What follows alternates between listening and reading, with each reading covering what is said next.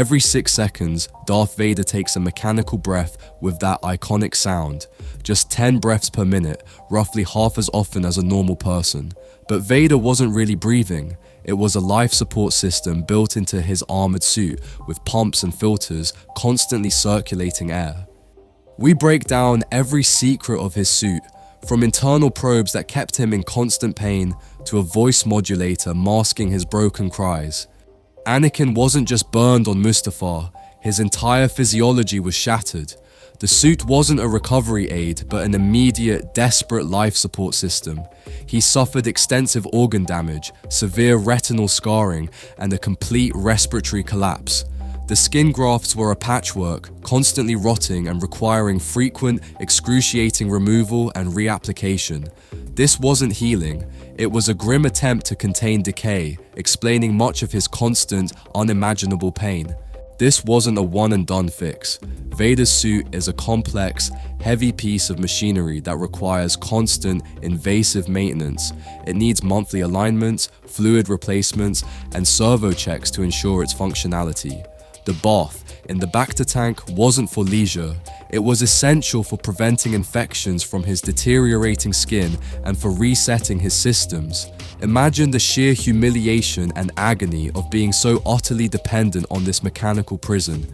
The suit is incredibly heavy, far beyond typical armor. With all of his restructuring and rebuilding, the suit's various Mandalorian alloys and Sith alchemical enhancements are necessary to reinforce Vader's remaining skeleton and organs. Without this exterior structure, his weakened flesh would be unable to support its own immense weight. All totaled, he probably weighs about a quarter ton, Earth pounds, essentially becoming the machine. Palpatine deliberately engineered suffering into Vader's suit. The internal pins and needles aren't just for comfort or support, they constantly prick and prod Vader's remaining nerve endings. This was a calculated act by Palpatine to ensure Vader remained in a perpetual state of pain and rage, fueling his connection to the dark side. These pins also collected neurological data for diagnostics, like a morbid health monitor. Beyond the physical pain, Vader suffered immense psychological torment. He had a severe, debilitating case of phantom limb syndrome. He could feel the limbs he lost, even though they were gone, and the suit's prosthetics didn't alleviate this.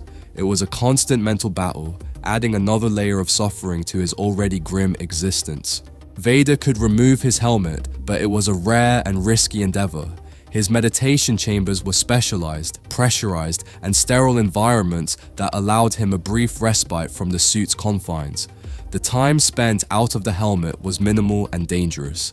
He pushed the limits, trying to assert his will over the machine, but it was always a temporary and physically draining effort.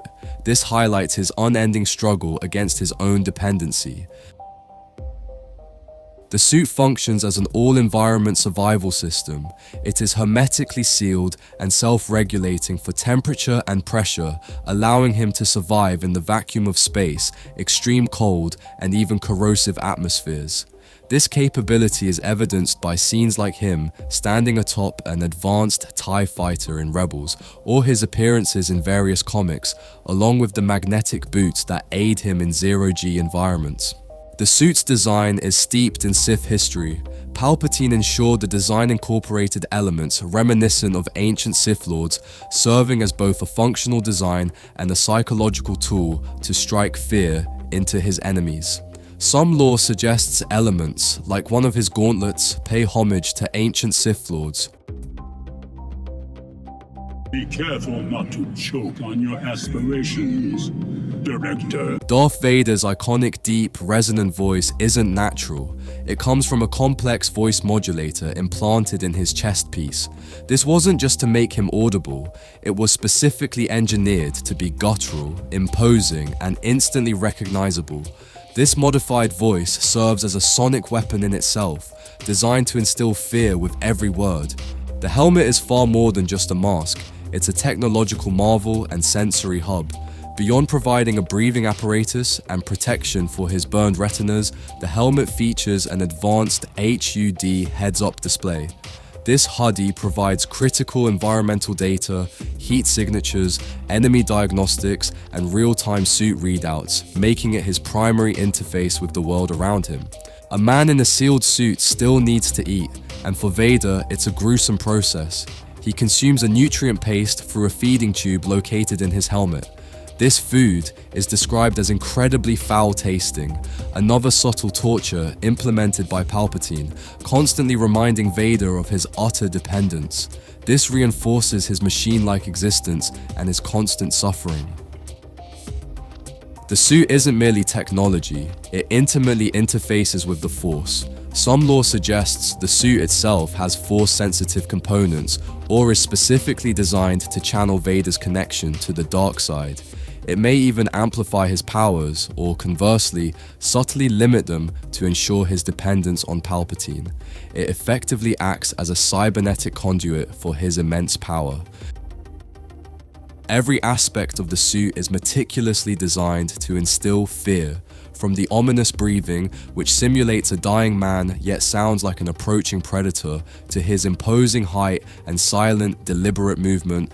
The suit is a masterclass in psychological warfare. It serves as a visible, horrifying representation of the Empire's might and ruthlessness. Seeing the world in Red Vader's visual perception through the helmet is unique. His vision is often depicted as being filtered, sometimes with a stark reddish tint, due to the optics and the nature of his severely damaged eyes.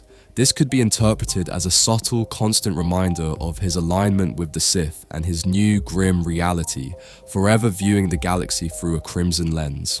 While we briefly touched on its survival capabilities, the environmental seal of Vader's suit is critical to understanding his isolation.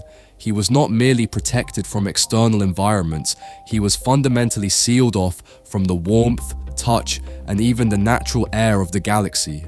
Every breath was artificial, every sound filtered, every vision distorted. This perpetual isolation within his own metallic shell deepened his despair and rage. It meant no casual interaction, no moment of true comfort without the burdensome machinery. He was a prisoner not just of the Empire, but of his own failing body and the suit that was built to contain its ruin. This constant physical barrier between him and the rest of existence was a profound daily torture. Beyond its physical attributes, the suit had a profound psychological impact on anyone who faced Vader. This wasn't just about fear, it was about disbelief and awe. Troops would often freeze, pilots would lose their nerve, and even experienced Jedi would hesitate when confronted by this terrifying, imposing figure. This Vader effect was so potent that it often won battles before they even truly began. The sheer weight of his presence, visually dominated by the suit's design and sonically by his respirator, would shatter enemy morale. It was a mobile, personal, psychological operation unit, and its success was paramount to maintaining Imperial order through terror. It's ironic, but some of the suit's limitations actually became strengths for Vader. His inability to perform agile maneuvers, for example, forced him to master a brute force, relentless style of combat.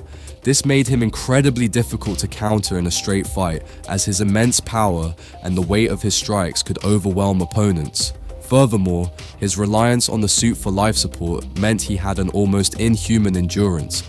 He wouldn't tire in the same way a Jedi would in a prolonged duel. This was a double-edged sword for Palpatine. While he wanted control, the limitations he imposed inadvertently forged a warrior whose sheer, unyielding presence was unmatched in its terrifying effectiveness.